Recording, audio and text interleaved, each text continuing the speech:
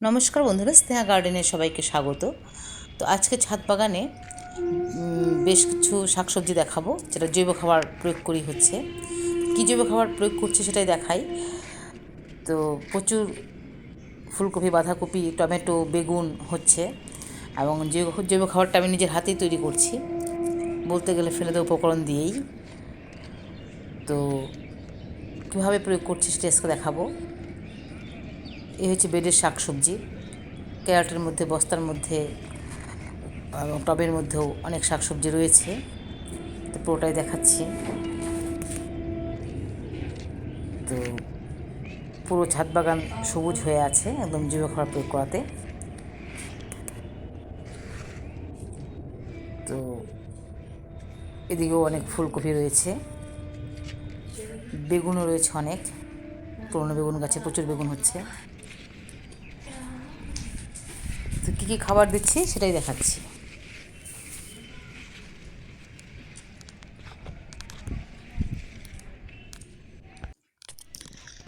তো কিছু জৈব খাবার রয়েছে এখানে, সেটাই গাছে প্রয়োগ করব। প্লাস্টিকের মধ্যে করে নিয়ে এসেছি পাকা কলার খোসা, এগুলো পটাশের খুব কাজ করে, এবং সবুজ শাক পাতা, এগুলো যার মধ্যে রয়েছে প্রচুর পরিমাণে আয়রন, নাইট্রোজেন, এগুলো রয়েছে। সবই ব্যবহার করি গাছে, সবগুলো পচিয়ে গাছে দিই। তো এগুলো দিয়ে আজকে একটা খাবার তৈরি করব। তো এখানে এটা রয়েছে পেঁয়াজের খোসা, আলুর খোসা, অর্থাৎ পটাশ জাতীয় একটু খাবার রয়েছে এখানে। এটা শুকনো, এক কৌটো রেখেছিলাম, এতটুকু হয়েছে। আর এই কৌটোর মধ্যে রয়েছে মিন সার, এটার মধ্যে ভাত আর গুড় রয়েছে পচানো। তো এগুলো সব গাছে ব্যবহার করব। তো এক বালতি জল নিয়ে নিয়েছি এখানে, এর মধ্যে পরিমাণ মতো এগুলো একটু একটু দিয়ে দিব, দিয়ে একসাথে একটা মিশ্রণ তৈরি করে সব গাছে দিয়ে দিচ্ছি। তো এখানে পাকা কলার খোসা ভেজানো, প্রায় 2 মাস থেকে ভিজিয়ে রেখেছি। এটা পুরোটাই পচে একদম ভালো একটা লিকুইড খাবার তৈরি হয়েছে। এই যে খাবারটা একটু নেড়ে চেড়ে নিচ্ছি। এই যে কলাগুলো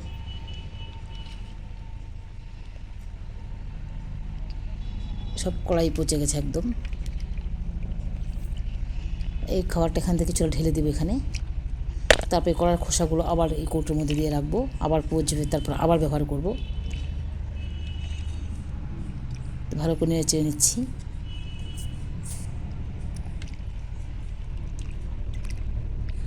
আর এখানে রয়েছে গুড় আর ভাত। ভাত থেকে তৈরি হয় একটা হিউমিক অ্যাসিড, এবং গুড় থেকে অনেক ব্যাকটেরিয়া তৈরি হয় মাটির মধ্যে, মাইক্রোবস তৈরি হয়।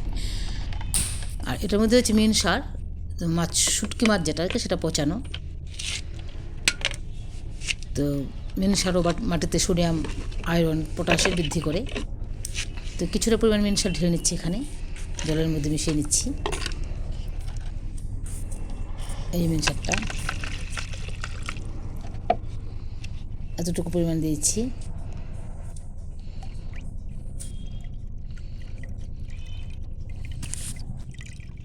সবগুলো মিশ্রণ অল্প অল্প দিয়ে দিচ্ছি জলের মধ্যে।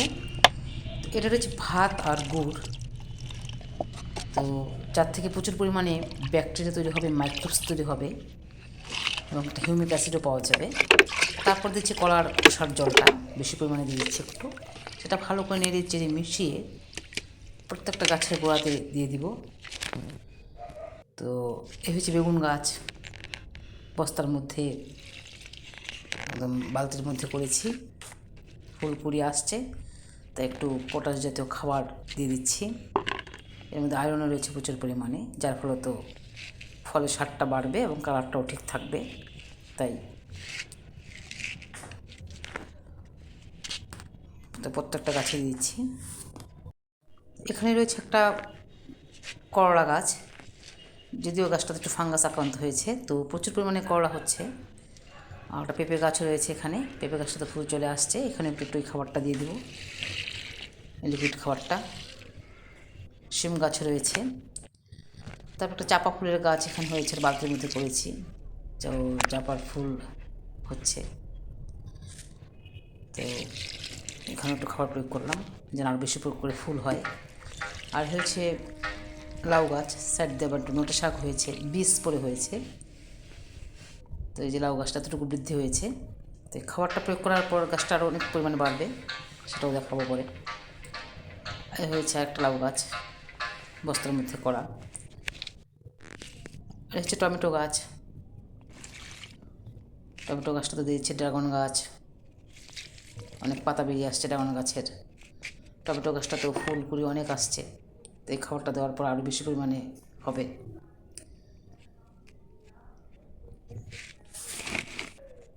আর যে লেবু গাছ, অনেক লেবু হয়েছিল, বেশ কয়েকটা রয়েছে ক্যারেটের মধ্যে করা, এটাতেও দিয়ে দিচ্ছি খাবার। আর হচ্ছে সজনে গাছ, এখানটা বালতির বোতলের মধ্যে করে কিচেন কম্পোস্ট দিয়ে দিই, আর সেটু লিকুইড খাবার দিচ্ছি। গাছটার মধ্যেও প্রচুর ফুল কুড়ি চলে আসছে, ফুলগুলো আর ঝরবে না। এই যে গাছটা উপরের দিকে একটু দেখাচ্ছি, অনেক কুড়ি আসছে গাছটার মধ্যে, এই যে কুড়িগুলো। তারপর চলে আসছি বেডে, বেডের গাছগুলো এতটুকু বৃদ্ধি হয়েছে। লাই শাক, তারপর ওলকপি, বেগুন, টমেটো, ধনে পাতা, অনেক কিছু করেছি এটার মধ্যে, পালং শাক। এই যে গাছ দেখাচ্ছি এগুলো, এই খাবারটা দিচ্ছি। খুব একটা কার্যকারী খাবার এটা, মাছের সারটাও খুবই ইম্পর্টেন্ট, মানে এর মধ্যে সোডিয়াম পটাশিয়াম রয়েছে, মাটিতে সোডিয়াম পটাশিয়াম ম্যাগনেসিয়াম বৃদ্ধি করবে।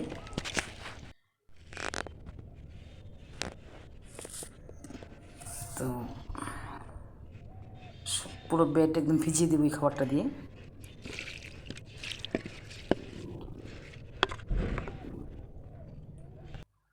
এদিকেও রয়েছে ওলকপি, ফুলকপি, লঙ্কাও রয়েছে বেশ কয়েকটা গাছ, গাজর, তারপরে দেখি বেগুন গাছ, পুরনো বেগুন গাছ, সারা বছরই বেগুন হয়, আবার কুড়ি চলে আসছে, আজকেও খাবারটা প্রয়োগ করছি আবার। এই যে বেগুনগুলো, আর এখানে হচ্ছে গাজর গাছ, একটা লঙ্কা গাছও আছে এখানে। আর এখানে মিষ্টি আলু রোপণ করেছিলাম, তো এক পুটুলি কিচেন ওয়েস্ট দিয়ে রেখেছি ছিদ্র করে নিচের দিকে। আর এ হয়েছে বাঁধাকপি টবের মধ্যে বসানো, এদিকেও কয়েকটা বাঁধাকপি গাছ রয়েছে, এখানেও খাবার দিচ্ছি। এটা পেঁপে গাছ, এটাতে একটু খাবার প্রয়োগ করব। এখানে সর্ষে শাক রয়েছে, এটাতে লিকুইড খাবার দিয়ে দিচ্ছি। লঙ্কা গাছ, এটা ফুলের গাছ, ধুতরা ফুল, এখানে একটু পালং শাক। তো আবার এই খাবারগুলো সব কৌটোর মধ্যে রেখে দেবো, দিয়ে ঢাকনাটা বন্ধ করে রেখে দেবো, পচবে, তারপর জলের সঙ্গে মিশিয়ে আবার ব্যবহার করব। তো এভাবেই থাকবে এটা। আর ভাতের সারটাও রয়ে গেছে, নীল সারটাও রয়ে গেছে, তো এই পটাশের সারটা আমি এটা ব্যবহার করবো আজকেই। এটা লাউ গাছে দিয়ে দিব। বস্তার মধ্যে যে গাছটা রয়েছে মাটিটা খুঁড়ে নিচের দিকে এই খাবারটা দিয়ে দিব।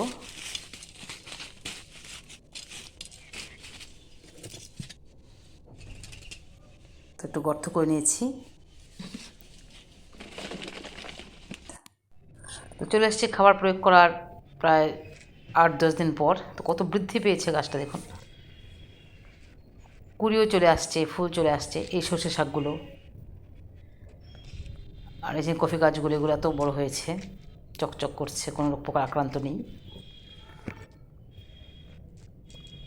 এই যে গাজরের গাছ, এখানে সর্ষে শাক। তো খাবারটা এতই উপকারী। এই বেগুন গাছগুলো নিচের দিকে পাতা অনেক কেটে বাদ দিয়ে দিয়েছি, বেগুনটা অনেক বড় হয়েছে। আর যে টমেটো গাছটা, এত সুন্দর টমেটো হয়েছে, আরও অনেক ফুল কুড়ি আসছে। পেঁয়াজের গাছগুলো এত বড় হয়েছে। তারপর চলে আসছে বেডে, পুরো বেডের গাছগুলো কত বৃদ্ধি পেয়েছে, কফিগুলো কত বড় হয়েছে সেটাই দেখাচ্ছি। আর টমেটো অনেক হয়েছে, টমেটোর ভারে গাছ নুয়ে পড়ছে,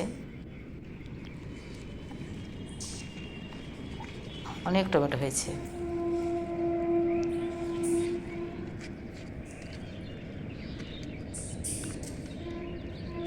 এই গাছগুলো অনেক বড় হয়েছে, এখানে একটা টমেটো গাছ রয়েছে। ধনেপাতা প্রচুর পরিমাণে হয়েছে, ডগা কেটে নেওয়ার পর আরও অনেক হচ্ছে। এখানে একটা ওলকপি রয়েছে, যে সর্ষের ফুল চলে আসছে, লাই শাক, এটা একটা বীজ তৈরি হচ্ছে, এগুলো বীজ রাখবো আবার। এখানে বাঁধাকপি, ফুলকপিগুলোতে ফুল চলে আসছে, ডাঁটা, পালং শাক, লঙ্কা আছে, এখানে আলু গাছ রয়েছে, এখানে একটা টমেটো গাছ, লেটুস গাছ, তবে এই যে ওলকপি, এখানে ফুলকপি কিছু পরিমাণ রয়েছে। তারপর এখানে বেগুন গাছ, পুরনো বেগুন গাছ, এখানে গাজর, এই গাছটাতে অনেক বেগুন হয়েছে। বেগুনগুলো কত বড় হয়েছে, অনেক বেগুন, গাছ ভর্তি, প্রচুর বেগুন হয়েছে। তো এভাবেই ছাদ বাগানে প্রচুর পরিমাণে শাকসবজি হচ্ছে একদম জৈব খাবার প্রয়োগ করে। তো ভিডিওটা আজ এখানেই রাখছি, দেখা হয় পরবর্তী ভিডিওতে। ততক্ষণ আপনারা ভালো থাকবেন, সুস্থ থাকবেন।